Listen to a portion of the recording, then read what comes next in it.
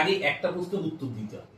এই শুভেন্দু কথায় কথায় পূর্ব মেদিনীপুর নিয়ে ডায়লগ মারতে মারতে বলে, সত্যি তো স্বাধীন তাম্রলিপ্ত সরকার ভারতের গর্ব। সতীশ সামন্ত, সুশীল ধারা, অজয় মুখার্জি, মাতঙ্গিনী হাজরা, যাদের অবদানে দেশ স্বাধীন হয়েছিল, দেশ স্বাধীন হওয়ার আগে ওখানে তাম্রলিপ্তে স্বাধীন পতাকা উঠেছিল ভারতে। শুভেন্দুকে আগে উত্তর দিতে হবে। ওই স্বাধীন তাম্রলিপ্ত সরকারের সমালোচনা করেছিল যেই মানুষটা, তার নাম ছিল শ্যামাপ্রসাদ।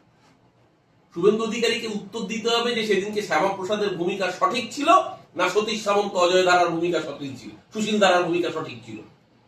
সতীশ সামন্ত, সুশীল ধারাদের ভূমিকা সঠিক ছিল না শ্যামাপ্রসাদের ভূমিকা সঠিক ছিল। মূল্যায়ন কার সঠিক ছিল সেই প্রশ্নের উত্তর শুভেন্দুকে আগে দিতে হবে।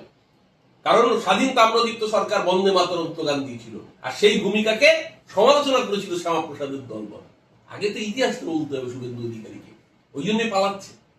আমরা পরিষ্কার করে বলছি, বন্দে মাতরম নিয়ে কারোর কোনো আপত্তি থাকার কথা নয়, কিন্তু বিজেপি যখন বন্দে মাতরম বলে, বিজেপির ট্র্যাক রেকর্ডটা বাংলার মানুষ, ভারতের মানুষ ভুলবে না। যারা সাভারকারকে ভারতবর্ষে বিপ্লবী বলে প্রতিপন্ন করতে চায়, তারা বিপ্লবী উল্লাসকর দত্ত, বারিন ঘোষ, যতীন দাস, মাস্টারদা সূর্য সেন, ঋষি অরবিন্দ, তাদের অবদান ভুলিয়ে দিতে চায়।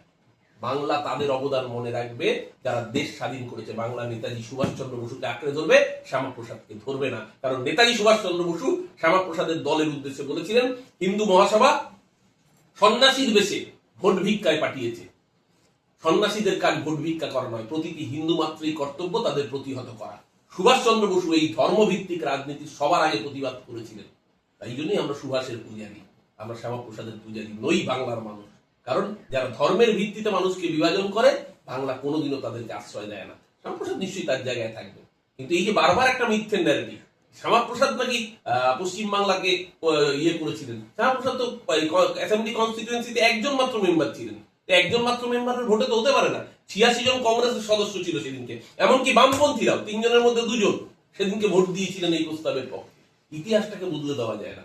বন্দে মাতরম বলার অধিকার বিজেপির নেই, কারণ বিজেপির রক্তে রয়েছে স্বাধীনতা সংগ্রামের প্রতি বেইমানি।